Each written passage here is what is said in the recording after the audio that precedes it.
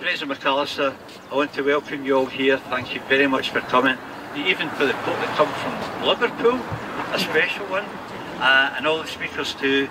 And it's great to see so many here. We're going to have a treat, we're going to have a really good time.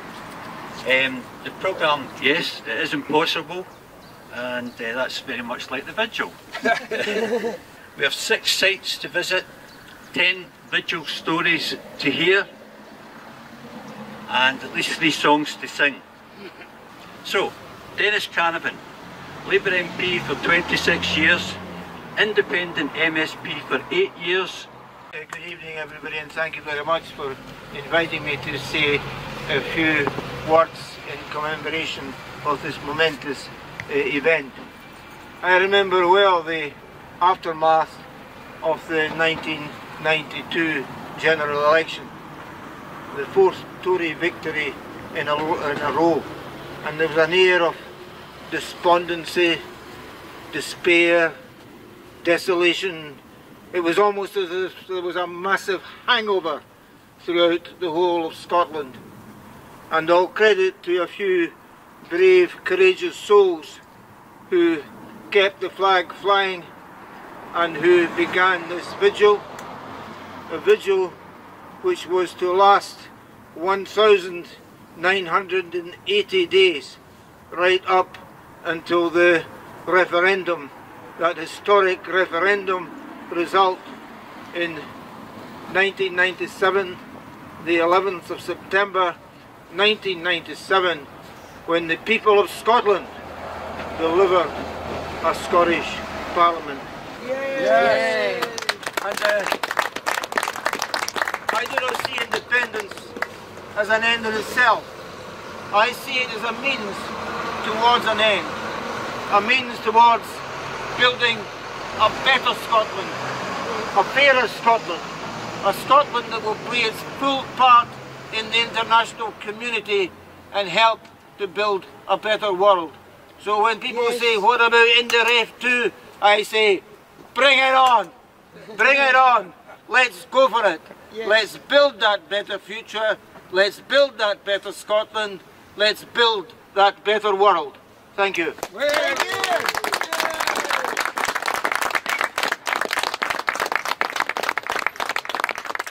It grew from sitting out on the cobblestones with a brazier. So there was a fire on the first and second night. It then led over time to more people joining in the weeks following.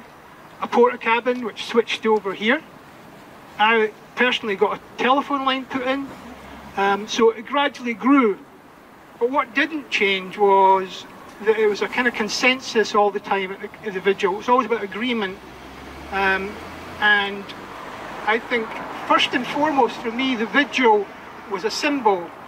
That was it really.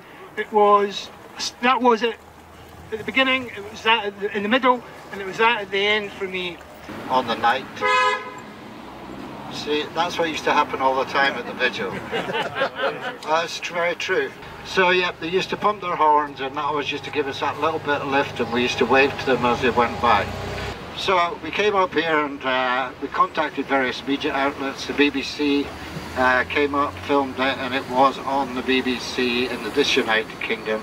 First item on the 9 o'clock news that night was the demonstration and of a friend who had sadly died, who we will later move on to, was seen burning a Tory poster which had come from one of these lampposts in the days when you were allowed to actually put posters up on lampposts.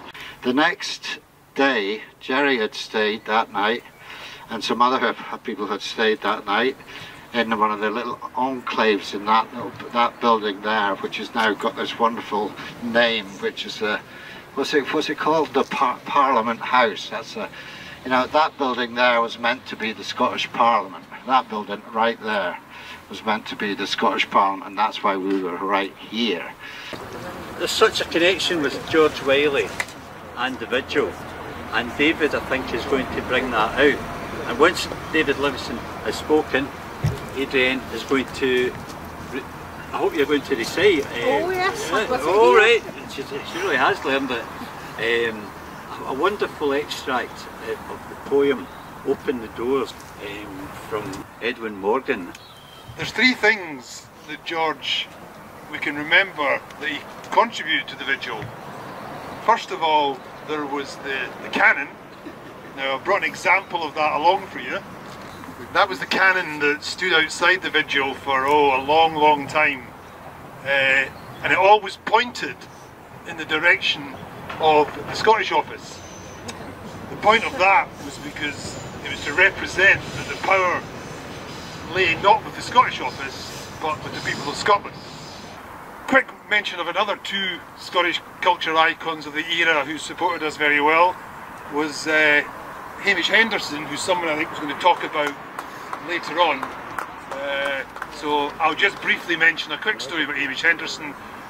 I was on duty one night and Hamish and I think one of his daughters came along, and Hamish ended up round the brazier just singing his songs.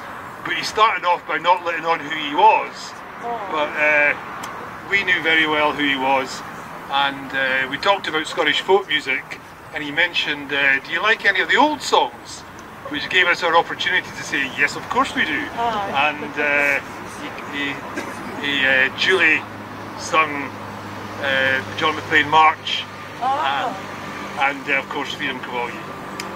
The last person to mention, who was never really actively associated with the Vigil, was the author William McIlvanney. Now, William McIlvanney was a great supporter of Scotland. He was never actively involved with the Vigil, except for one evening whereby he was at a literary event in Edinburgh and came along one night, rather worse for wear, and I was on duty again, and he said to me, that is the worst fucking night I have ever been at in my life. Very, very boring. I will apologise in part of the language, but that was what William McIlvanney said last on his visit. It's just proper Scottish, it's fine. I don't have a problem with it. So Bill McIlvanney then spent the rest of the evenings with two of us, and we all ended up in the Royal Oak for a few beers, and he did leave a generous donation which we then put into the collection box. So that's three great Scottish icons of the 1990s: George Wiley, Hamish Henderson and William McIlvanney. And one of the great regrets perhaps is they weren't all there at the same time. Dear friends, dear lawgivers, dear parliamentarians, you are picking up a thread of pride and self-esteem that has been almost, but not quite, oh no, not quite, not ever broken or forgotten. When you convene, you will be reconvening with a sense of not wholly the power, not yet wholly the power, but a good sense of what was once in the honour of your grasp. All right, forget or don't forget the past. Trumpets and robes are fine, but in the present and the future, you will need something more. What is it? We, the people, cannot tell you yet, but you will know about it when we do tell you. We give you our consent to govern. Don't pocket it and ride away. We give you our deepest, dearest wish to govern well. Don't say we have no mandate to be so bold. We give you this great building. Don't let your work and hope be other than great when you enter and begin. So now, begin. Open the doors and begin.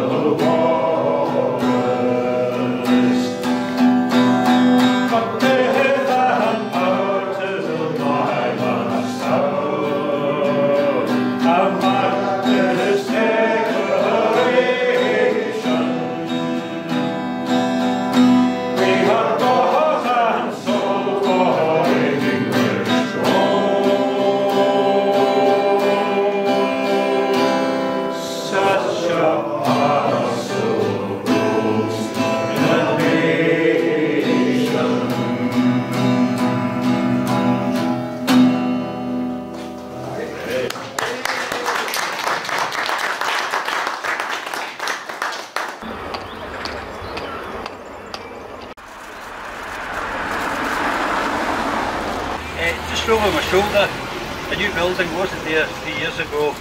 It wasn't there really until Boris Johnson came on the scene. It's there for a purpose. It's not entirely obvious what the purpose is because it's empty at the moment as though it's been a mistake. Well, it cost over 200 million. It's called Queen Elizabeth House. Imaginative. But there's also a wee clue in there as to its eventual purpose. At the moment it's the residence of Alistair Jack. Alistair Jack, how you mean? We have to pay particular respect to those then who contributed to the vigil but have since passed away. By the very nature of the vigil, the roll of names that I'm going to read may be incomplete and miss some who really should be mentioned here. If that's the case, I apologise for that. So, I'm going to read the names and ask for a minute's silence after they're read. I'm sure many of us will possibly also want to, as well as remembering our vigil colleagues who passed away, will perhaps want to remember friends and colleagues who dearly wanted a Scottish Parliament and worked hard for it, but passed away in those frustrating and long decades when it was being thwarted undemocratically. To stand as representatives for these, perhaps I can mention two people. I'd like to mention two people. The Scottish Gaelic poet Solly MacLean, who died in 1996, passionately wanted the Scottish Parliament.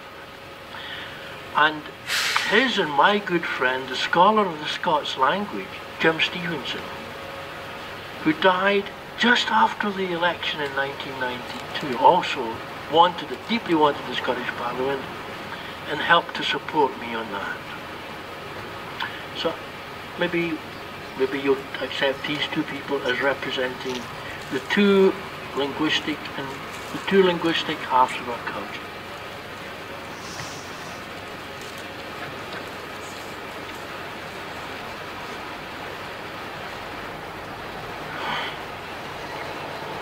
So with our deep respects, our colleagues at the vigil no longer with us, but I feel still here today in spirit.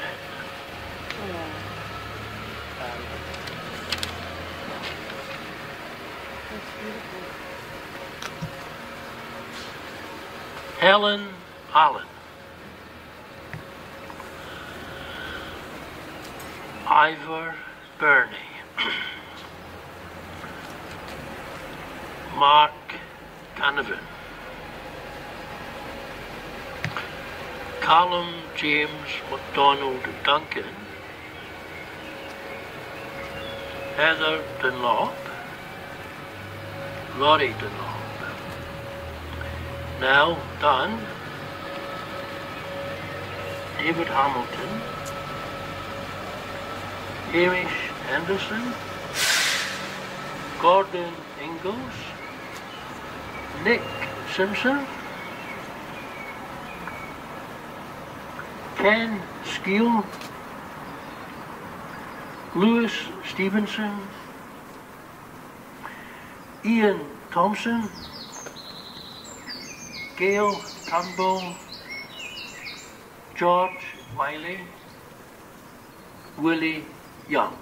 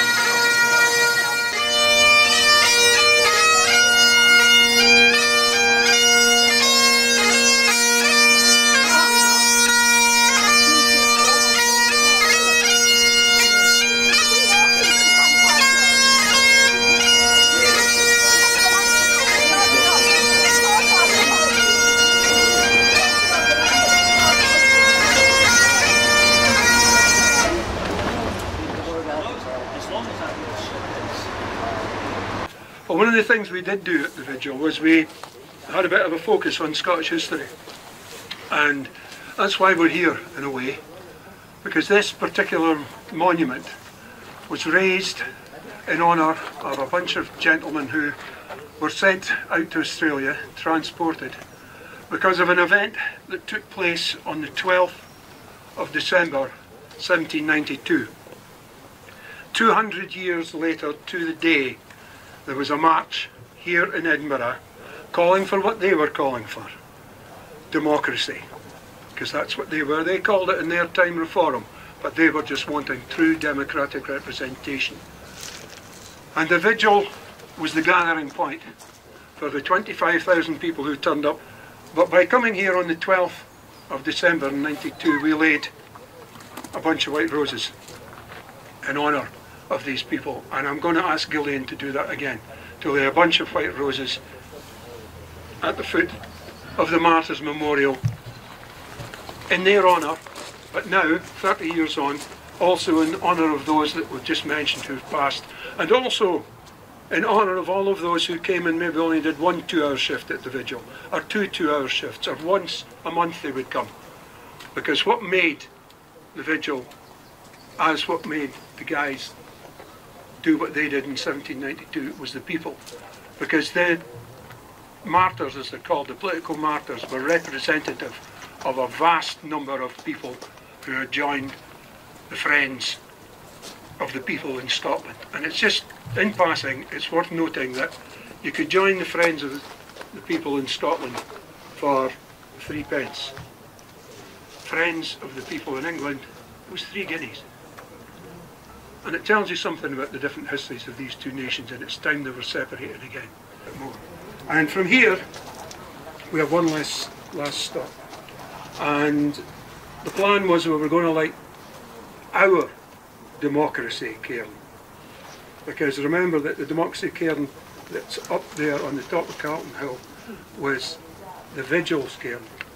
And it's a sign of the times that things have changed so much. When we asked to do it, it was then a Labour Party. And the head of the Labour Party in Lothian was Mark Lazarovich. And I was sent to ask him, we're wanting to put up a cairn. Of course you can, he says, it's the People's Hill. And it's been the People's Hill. And it's where the rioters that used to express the voice of the people in the 17th and 18th centuries, that's where they always went for a bury afterwards. So it's well established as a good place. So we're going to go there, but I have to apologise, I'm not going to be raising the need fire as was publicised, because I've been working with a bow drill all week and I just can't hack it. So we'll have to use firelighters. So, onwards and upwards.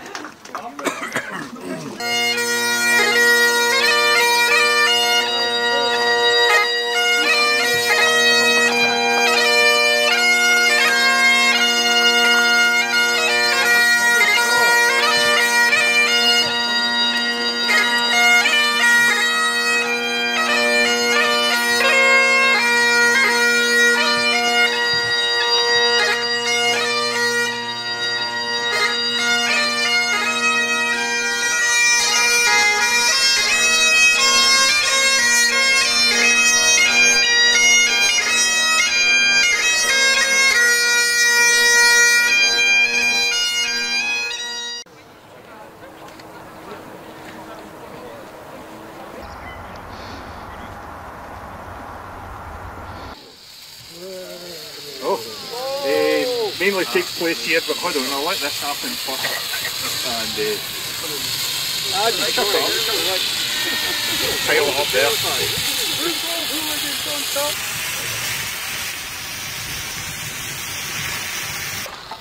You're in. That's going to go out. Oh, see, I've just name, I think. Oh, look what's going on up there. Oh. It's very pagan, isn't it? But on the day that we come up here, we fastened it onto the top of the cairn. There was a big group of people, maybe 30 or 40 people, and we had a piper, and we got a fire going, and we lit it. I'll get to the lit. But we had invited Dougie and Thingy, what's his name again?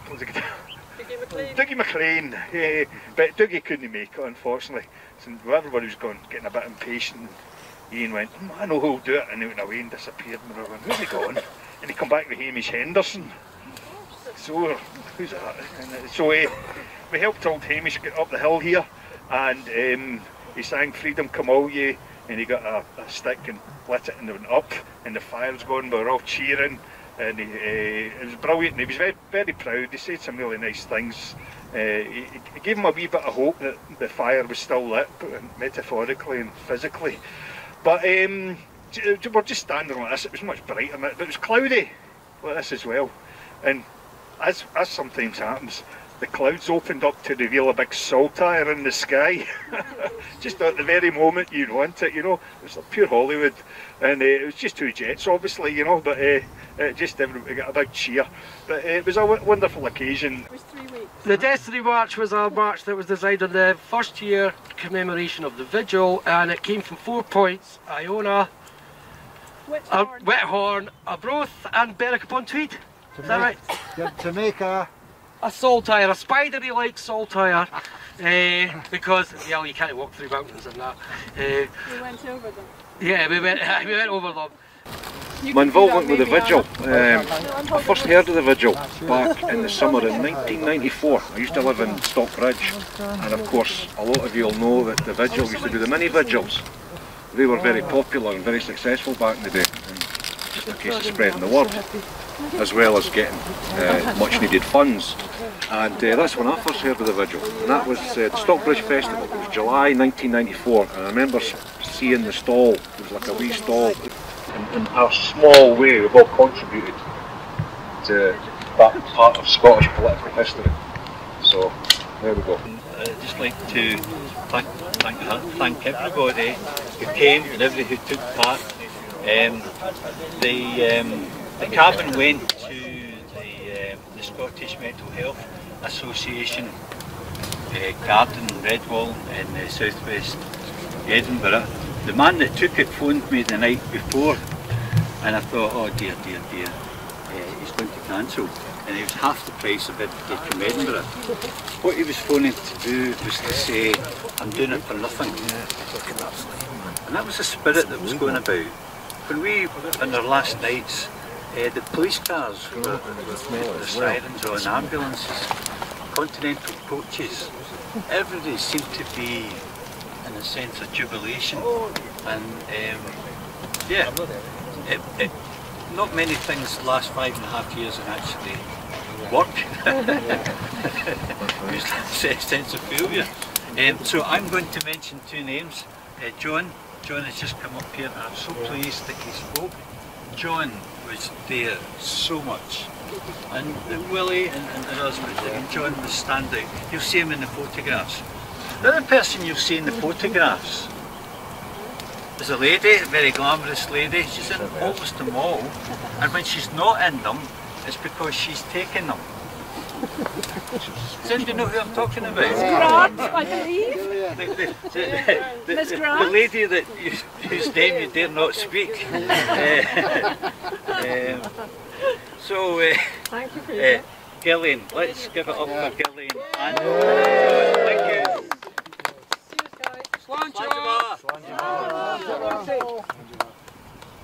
Over to the musicians. To freedom.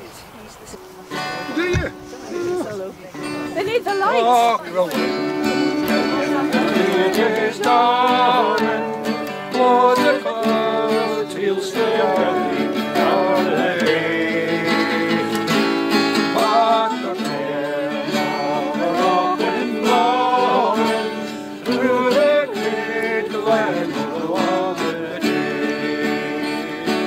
It's a thought that will gather robins all the old and gals fresh and gay.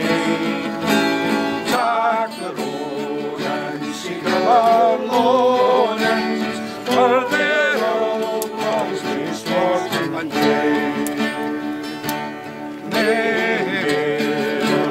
the holy cabins, as she walk where the riots loosely grow.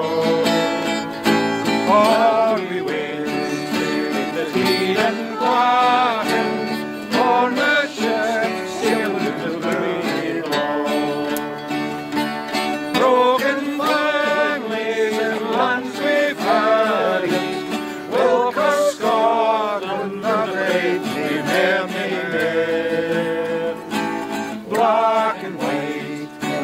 with our merit, marks the pile, barracks to the master's bed.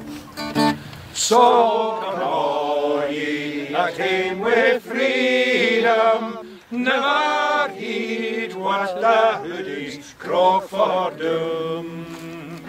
In your bush all the bairns o' Adam will find breed, barley brie and painted room. When MacLean meets with friends in Springburn, all the roses and gains will turn to bloom. And the blackbird fae on Nyanga dings the fell gallows o' the bar.